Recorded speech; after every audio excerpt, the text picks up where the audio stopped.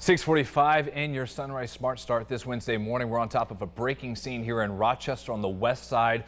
A house fire, a large scene on Champlain Street near Seward Street. A live view right now. You can see all that's left of that home still standing, but much of it burned.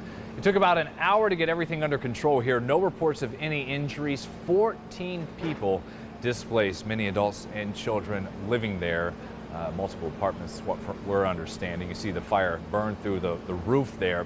The disaster relief team from the Red Cross already on scene supporting the 14 people displaced. Again, that fire with the area shut down on Champlain Street near Seward Street in southwest Rochester this morning. We'll keep you updated on that investigation into the cause at rochesterfirst.com. More headlines at this hour. A man is in the hospital with critical injuries following a shooting last night in Rochester. That was around 7:30 in the Beechwood area of the city. Police found the victim, a 27-year-old, wounded on Fraser Street. Initial calls were for 2 people shot, but there were no other victims. No suspects in custody. Major crimes detectives in Rochester are looking for leads on suspects for 2 homicides from Memorial Day morning. The woman killed in the crossfire of a shootout at Holland Street has been identified as 18-year-old Shanye Mutri from Greece. RPD says there was a large group traveling throughout the city, partying Sunday into Monday. Those people ended up in the parking lot of the Anthony Jordan Health Center. Around 3 a.m., the group started shooting at each other. Police tell us they do not believe this woman was involved in the fight, but she was caught in the middle of that shootout.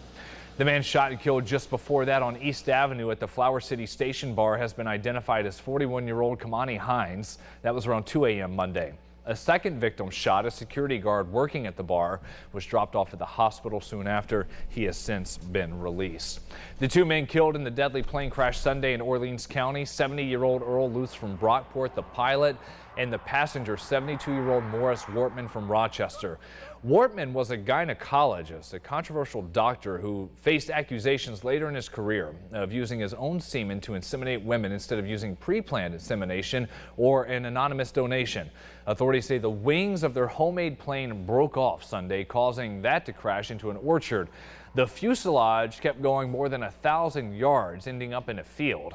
Deputies and members of the NTSB were at the crash site yesterday, continuing their investigation. Isaiah Williams, the man accused of shooting at police in Rochester before running from them, has been sentenced to 9 years in prison. Williams was arrested when this happened in May 2022 near Avenue D. Police say that night they saw Williams holding a gun. No officer was hit. Williams was convicted just on the weapons charge, but acquitted on aggravated attempted murder of an officer and menacing an officer. The only thing left standing in the way of the legal sale of marijuana here in the Finger Lakes region will soon be gone. The State Office of Cannabis Management agreed to settle a lawsuit against an out-of-state business owner. Jatira Marsh looks at what happens next in the process. Jatira. The lawsuit came from a Michigan businessman claiming New York's licensing process was unconstitutional as it prevented certain out-of-state applicants from participating in the cannabis business. In March, an appeals court lifted part of the injunction involving other regions in the state, except the ban for dispensaries in our region. That was until yesterday's settlement. Business owners in our area are hopeful they'll be opening their doors soon.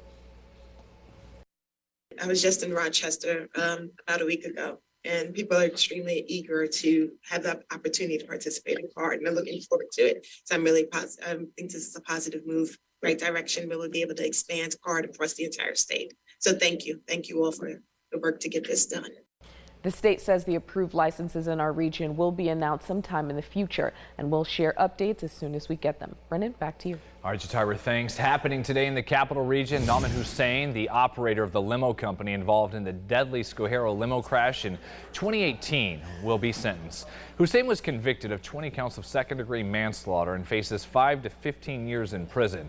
His defense attorney plans to appeal the conviction.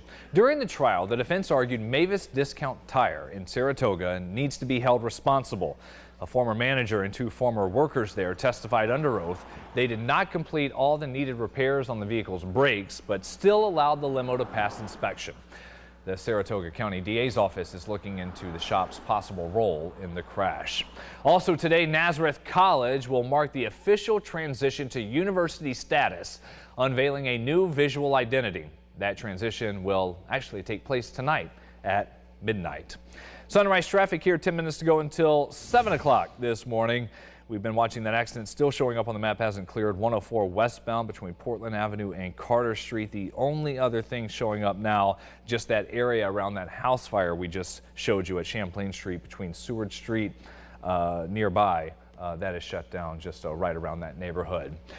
A new update from the University of Rochester when it comes to COVID vaccine policy. Vaccination no longer required for U of R students, faculty, and staff come Monday. The university adds it's also lifting the vaccine mandate for healthcare workers once the state repeal of the requirement for all frontline workers is final. That is expected to come later in June. The maternal death crisis in the U.S. keeps getting worse. Recently released federal numbers show a sharp increase in women dying during childbirth. Black mothers specifically have a 3 to 4 times greater risk of dying while giving birth compared to mothers who are white. A doctor at URMC says a major problem is the historical notion in medicine that black women are capable of tolerating more pain than others.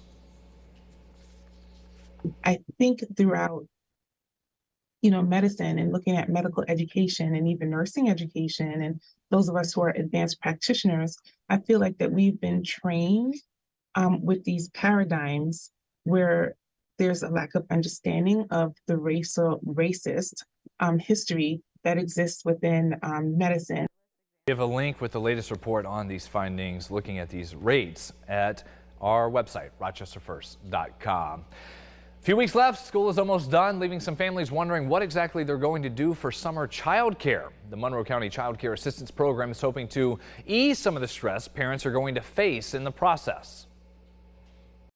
Eligibility has almost doubled in terms of families' income eligibility, and Monroe County has a lot of excess funds to pay for child care, and so a lot of people don't know that. The county has been working with state officials to set up a transportation system for families. If you don't have anything firm set up yet, there's an option for family, friends, even neighbors to be approved as a legally exempt child care provider where they could be compensated. Grease Family Dentistry is hosting a free dental day Saturday. Services include cleaning, filling, or extraction. The event, first come, first serve. The dentistry says oral health is connected to so many other kinds of health, including your heart and joints. Saturday, they will also have other support, though, there for patients who need it. We're going to have there's different church communities going to be out here. There's going to be a vision doctor is going to be out here. I think we're going to have Walmart pharmacy is going to coming out, Wegmans. We want to do this to share the love. We've been blessed with so much, so we want to bless others as well. That event runs from 8 to 4 at the group's office off West Ridge Road. Under state order, local school districts are in the process of changing their indigenous-themed mascots. Avon Central School District among those in the selection process. This comes after the state announced that the ban on certain mascots' names and logos. The new guidelines surrounding the ban would allow legacy items like trophies and banners to be exempt. The superintendent at Avon says he wants to make sure the district is offered ample time to replace everything. We also have some memorials around our grounds that we want to make sure that we're treating sensitively and respectfully, and at the same time create the process for helping students to identify the name and imagery that they want for themselves going forward. Canandaigua has narrowed down its mascot concept selection to 7 options. The next survey for students that community there begins Friday. A groundbreaking for a new spray park at Ontario Beach State Park. This is what it's going to look like. It has a lot of features. The county executive Adam Bello, along with county park staff, the Charlotte Community Association, and others unveiled the new renderings. The new park will be inclusive and accessible for all. Jim Farr with the Ontario Beach Park Committee says this has been a dream of his for many years. The beach had some of the first beach accessible wheelchairs years and years ago, and it's great to keep building on that tradition of inclusion that we have down here at the beach and making sure everybody can enjoy all the facilities. They'll get started soon. The project should wrap up so you can enjoy it later this summer. Not too many days left, a couple of weeks here. Last day of May is today. Sunrise was over an hour ago. Great start this morning. Numbers in the 60s. We'll finish in the 80s. Couple more days of the 80s. We did it yesterday. We'll do it today, tomorrow, and Friday.